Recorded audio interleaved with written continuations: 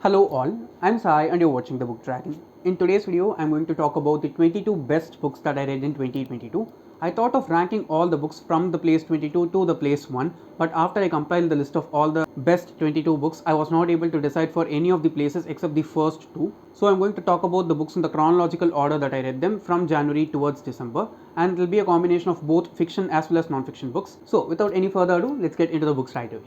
Starting from January, the first book in this list is It Ends With Us by Colleen Hoover. This is my first Colleen Hoover book and I did not go into it with high expectations because I thought that it is just a normal adult contemporary romance, but only after I started listening to the audiobook I was able to realize what the topic the book is focusing on, and I should say the author just handled it perfectly from my point of view. I just enjoyed it the whole time, and I should say the way in which the author ended the book was really satisfying for me, and I wanted to read the next book, which was a sequel that was released in 2022 as well. I read the sequel, but I should say this one was far better compared to the sequel, even though the sequel was good. And after finishing this one, I also went forward and read another book by the author later on in the year. I liked that one too, but of all the three books that I read by the author in 2022, It Ends With Us is definitely my most favorite. And if you've not read that book, I highly recommend you to read it no matter who you are, because this is one of those books which is completely worth the hype. And I'm also very glad that this is the first book that I'm talking about in this list. The next one is a young adult contemporary book, and I said in the beginning of the video I was able to decide the first two books inside the list alone, right? That is books in the places 2 and 1, and of those two books this book comes in number 2 for me in 2022, because I should say this is definitely one book which I enjoyed the whole time and it was very relatable for me. I actually read the book twice in 2022, and the book that I'm talking about is Radio Silence by Alice Oseman. I can say in general Alice Oseman has become one of my favorite authors because I've read all of their books in the past year and I enjoyed each and every one of them. Especially Heartstopper and Radio Silence are definitely two of my most favorite works by the author. I'm not saying that all the other books are not as good as these two, but they hold a dear place in my heart because I enjoyed and found a lot of comfort while reading those two books. When it comes to Radio Silence, the thing which I liked the most was the main character Frances, whom we see throughout the story. She actually narrates her story to us, and the voice in which Alice Oseman has written her is really awesome. Apart from that, the writing of the author is also perfect for the kind of story that they are narrating. I can easily say that Radio Silence has a special place in my heart for the rest of my life, so it definitely deserves a place in this list. The next one is a graphic novel and it is also by Alice Oseman, and I'm talking about Heartstopper Volume 4.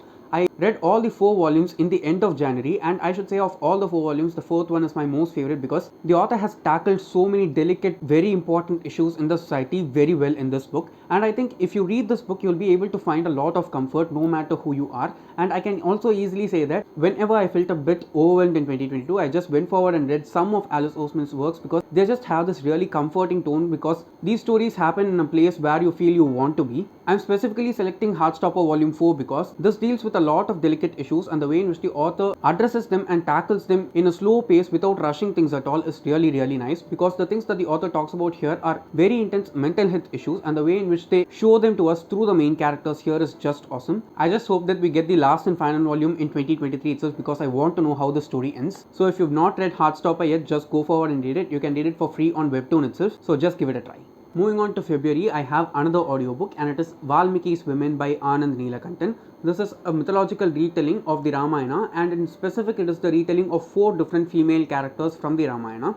I can say that this is the first book that I've read by the author, and at the same time it was really wonderful. The writing of the author in this book was my most favorite part because of the 4 stories that he narrates. I did not even know one story existed. And the other 3 stories are about characters who are considered very negative in the normal contemporary versions of the Ramayana that we see in various formats. I'm specifically telling the writing of the author because it just fit in with the tone of the book and the way in which the story needs to be narrated to us. It was not over, it was not underdone also. We basically see the stories of 4 different female characters from the Ramayana and see their part of the story from their own perspective. When we see their stories from a third person's point of view, they don't seem right at all, but when we see them from their own point of view and the way in which the author narrates them to us, it makes us feel a lot of empathy for those characters, and that is the best part about this book. I listened to this for free in the Audible Plus catalog, so if you have an audible.in account, just go forward and check if it is available even now also. Again, it is a very short audiobook and you can just finish it in a single day.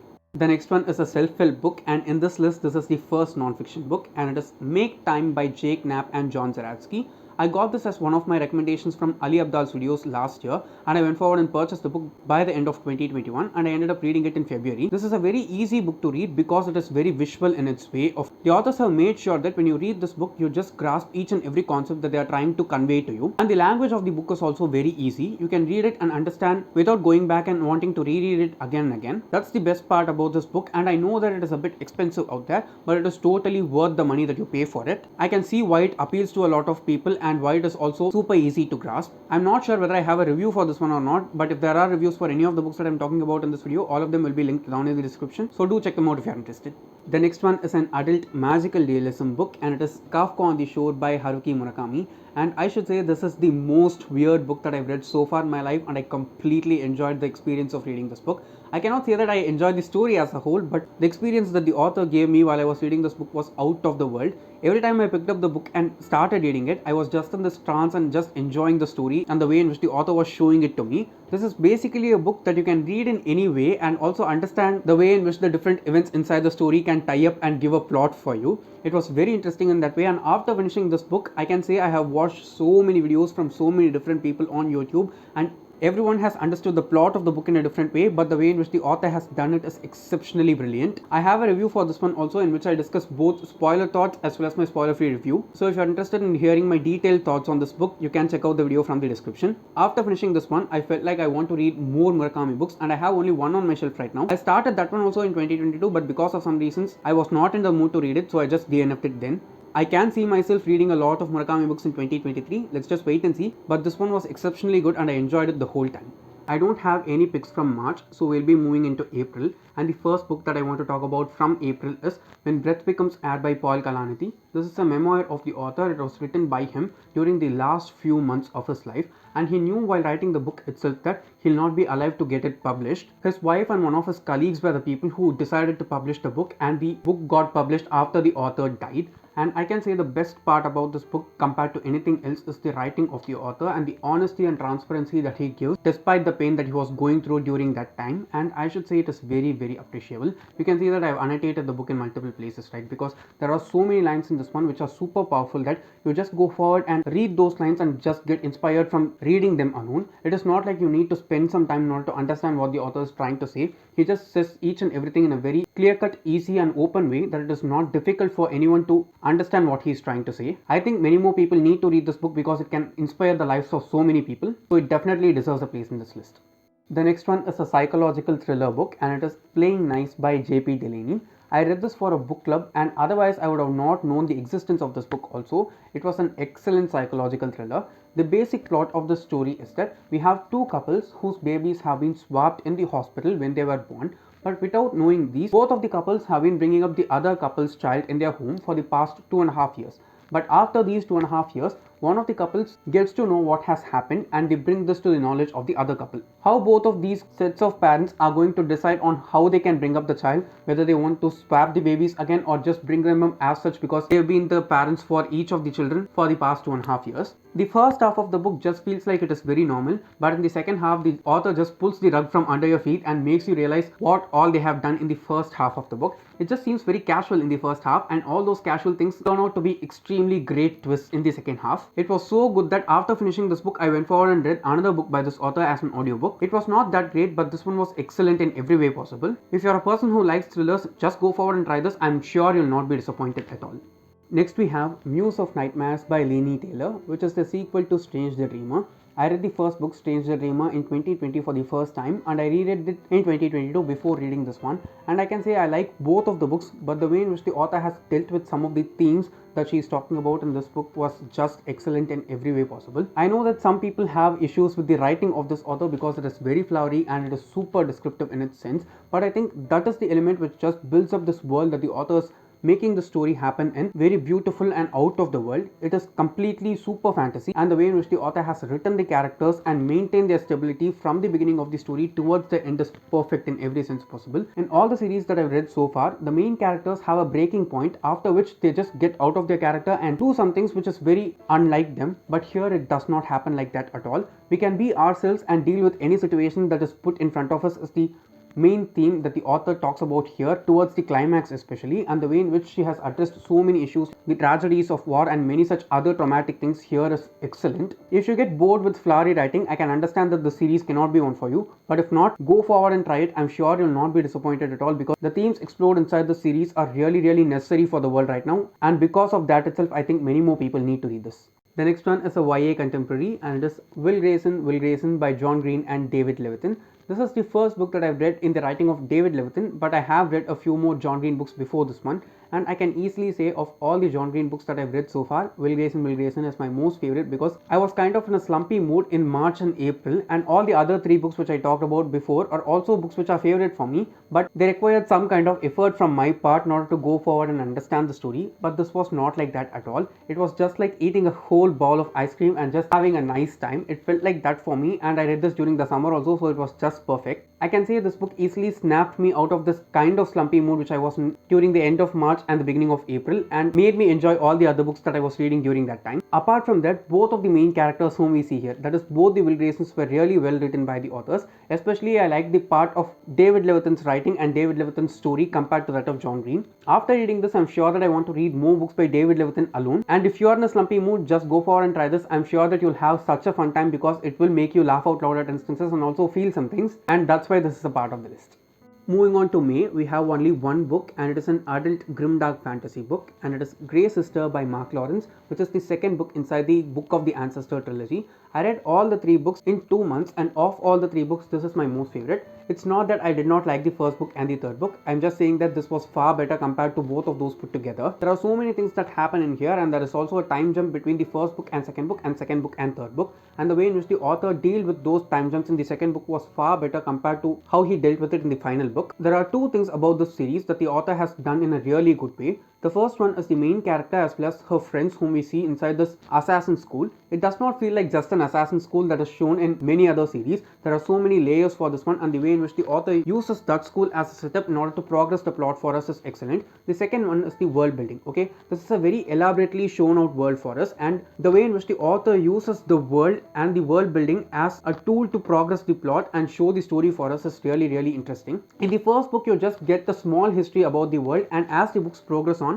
you're able to see the various histories and various layers in this world and how this world works as a whole. It is very intelligent and also fast paced at multiple instances. If you like Game of Thrones, you should try and read the series, because it is so much closer in tone to Game of Thrones compared to any other series that I've read so far. And also the main character in this one is just super badass. I don't have any picks from June also, so we'll be moving into July, and the first book from July is The Song of Achilles by Madelline Miller. I read this one and I tried to read Circe, but I was not in the mood to read that one, so I DNF'd it in 2022. I think I'll be reading it this year, let's just wait and see. But in this one, the author has done perfect justice for both the main characters here. Especially I liked Patroclus' character more than that of Achilles. And the title of the book itself is kind of ironic, because the story is about Patroclus more than that of Achilles, and the way in which the author has used it properly in order to title the book is also really nice. I have talked about this book in detail in one of the videos that I've done before, where I talk about different romance books that I read over a period of 2 to 3 months. You should check out the video, because I have given my thoughts about this one in detail in that video, and I can say I articulated my feelings for the book better in that video compared to that I'm doing right now. It was a really well written book, and the characters obviously were really nice. I don't have knowledge about Greek mythology, so it was completely fresh for me, and the way in which the author narrated the story, even with multiple time jumps and maintaining the consistency of the writing as well as the pacing, was really nice. I know that it is very popular, and I just want to say that it is completely worth the hype. The next one is One Part Women by Perumal Murugan, translated to English by Aniruddhan Vasudevan. This is the first book in a trilogy, and you can read all the 3 books inside the trilogy in any order. I wanted to read them chronologically, that is in the order that they were published. So I went forward and read this book first. Here we follow a couple, Kali and Punna, and the story takes place sometime before the independence of India in a small village inside Tamil Nadu. Both Kali and Punna have been married for over a decade now, and they don't have any children, and this is seen as a huge issue by the society, and how they are taunted by various people for various reasons, and how this condition of not having issues for having as an heir for the property and all the other things that they have in their lives is the actual plot of the story, and the author has done a really good job of showing it very brutally honest for us. This is not an easy book to read, because it has so many things that are going on inside it, and it is very rough to read, because you are put in through a lot of things that the couple is going through, and also both of them are going through as individuals. It is kind of triggering at multiple instances. That's why I did not finish the next 2 books inside the series, but I hope I'll be finishing them in 2023. Let's just wait and see. Next we have a young adult sci-fi book, and it is The Host by Stephenie Meyer. The only reason why I read this book is because many people have been asking me to read Twilight and I'm not interested in reading it. So I just went forward and tried the standalone by the same author, and I should say I enjoyed this book completely. Okay, I was not at all expecting to enjoy this book so much because I had very low expectations for it, and the thing that the author did with the main character as well as the plot of the story was so much different from what I had in my mind. I enjoyed each and everything about this book, especially the world, because the author makes the story happen in our old world, that is, it happens on Earth, but the Earth has been overtaken by this alien race called the Souls, and they are just abducting the bodies of human beings, replacing their consciousness with the consciousness of these silver worm-like creatures called the Souls. They have done this to many other creatures in different planets, and they have finally come to Earth, and they are seeing that humans are very complex creatures to handle, and they cannot be taken over that easily by their consciousness. It was a very interesting concept. I watched the movie also, but the movie was not good. So if you've not read The Host yet, just go forward and give it a try. I'm sure you'll not be disappointed. The next one is a non-fiction book, and it is Factfulness by Hans Rosling. If you want to understand how good the world that we are living right now is, you have to read this book, because after I finished reading this book, I was able to see there are so many opportunities for us in this world, especially during this point of time compared to anything else before. And since I am living in India, I was able to see there are so many opportunities for people who are living in Asia and Africa because of the increased population that we are dealing with currently. I'm sure that in the decades to come, the population is going to boom a lot more in Asia and Africa, and that is going to provide a lot more opportunities for the individuals inside the continents. And I was able to understand all these things only after I went forward and read this book. Again, this seems like a very complex book to read if you just flip the pages and see, but once you start reading it, you'll be able to understand how easy it is, and the author just explains each and everything properly for us using statistics, and even those statistics are not difficult for anyone to understand because it is done in the most lucid form possible. How you have to give up the concept of duality and try to see everything in the spectrum that it exists is something which I learned a lot about this book. So I think no matter who you are, you should read this book. Moving on to August, I have only 2 books from August, even though I read over 30 books in just within a span of 31 days. So the first book that I want to talk about from August is a manga, and it is Cells at Work. I read the first 3 volumes of the manga because they were available for free in Kindle Unlimited, and I should say of all the manga that I've read so far, this is my most favorite because the author did everything perfectly in this one. It is entertaining, it is educational, and more than anything, it is such a quick and easy read. Here we basically see the human body as a land base, and all the cells in the immune system of our body are considered as human beings, and how all these different types of cells as human beings need to work in a coordinated way in order to keep us alive and healthy throughout our lives. It is very educational, and I highly suggest everyone who's interested in reading biology to go forward and read this manga, because I'm sure you'll not be disappointed at all because it is excellently done. I want to continue on with the series and read all the volumes that are available so far. So if you've not read Cells at Work yet, just go forward and try it. I'm sure you'll get a lot of benefit out of it because I acquired some knowledge after reading this one, and I don't regret reading at all because I was able to finish each and every volume in under 1 hour, and I was able to learn so much stuff within that 1 hour itself. It is both entertaining and educational, as I said before, and I think everyone needs to try this.